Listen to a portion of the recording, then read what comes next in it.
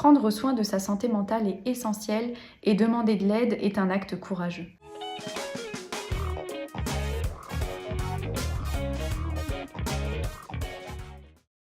C'est faux. Il est vrai que le mouvement des yeux fait partie intégrante de la thérapie EMDR, c'est ce qu'on appelle une stimulation bilatérale alternée. Le mouvement des yeux va aider à la désensibilisation et au retraitement du matériel traumatique. Quand on parle de stimulation bilatérale alternée, ça peut être des stimulations visuelles, tactiles, auditives. C'est en fait des stimulations sensorielles qui vont activer de manière alternée les deux hémisphères cérébraux. Mais la thérapie EMDR ne se résume pas à ce travail-là.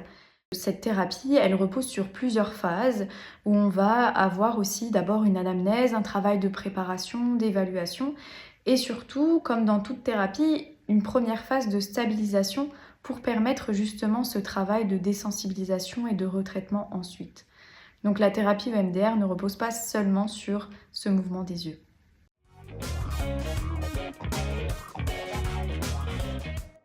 Pas forcément. Comme toute thérapie, le but n'est pas de faire revenir en mémoire les souvenirs et surtout, ce n'est pas le but d'une thérapie. Il est possible, au cours des séances, qu'il y ait des reviviscences, mais le thérapeute va travailler surtout avec ce qui est là, aujourd'hui. Si votre cerveau a oublié certains éléments de vie, c'est aussi pour une bonne raison. C'est la manière qu'il a trouvée pour vous protéger, pour vous permettre de vivre de manière fonctionnelle, adaptée, sans faire revenir en conscience ce qui est trop difficile à traiter, en tout cas pour le moment. Il est possible de ne jamais se souvenir de certains éléments. Pour autant, on travaille avec ce qui est là et comme en travaillant en EMDR, on va activer tout un réseau de mémoire avec des choses qui vont être associées, il est possible quand même de travailler et de retrouver un apaisement.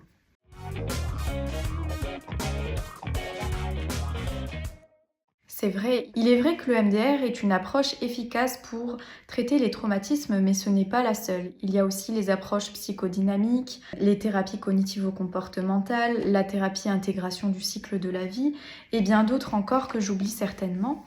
Mais ce qui compte aussi, c'est d'en échanger avec votre thérapeute pour définir ensemble ce qui va être le mieux pour vous. Le MDR ne convient pas forcément à toutes les personnes, donc c'est important de pouvoir en échanger et de faire un bon travail de préparation pour mieux aborder les choses ensuite. Chaque approche a ses spécificités et peut être choisie en fonction des besoins du patient et aussi parfois de la nature du traumatisme.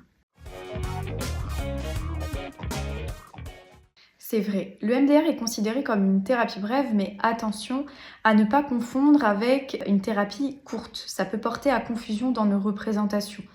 Ça ne veut pas forcément dire que 3, 4, 5 séances suffisent pour retraiter un traumatisme ou pour terminer la thérapie.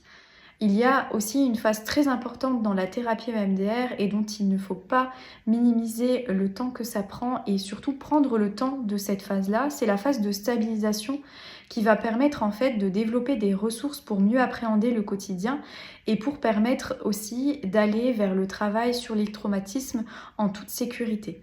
Les études de MDR se sont surtout centrées sur des événements brefs et ciblés, mais souvent ces événements-là viennent faire écho et viennent dans un vécu global, vont parfois réactiver nos systèmes d'attachement, vont pouvoir activer aussi d'autres réseaux de mémoire. Donc c'est important de prendre ce temps-là et aussi de retenir qu'on ne peut pas définir à l'avance le nombre de séances qui vont être nécessaires pour travailler. N'oublions pas dans chaque thérapie, que ce soit le MDR ou une autre approche, une autre thérapie, l'alliance thérapeutique, le lien qui va se créer entre le patient et le thérapeute est déjà un soin en soi et c'est quelque chose de très important à prendre en compte pour toute thérapie. Les idées reçues sur la psychologie sont nombreuses, mais il est important de rappeler que les psychologues sont là pour vous accompagner dans le respect de votre parcours et de vos besoins. Si vous avez une question, n'hésitez pas à consulter un professionnel de la santé mentale qui pourra certainement vous aiguiller et répondre au mieux à vos besoins. Prendre soin de sa santé mentale est essentiel et demander de l'aide est un acte courageux.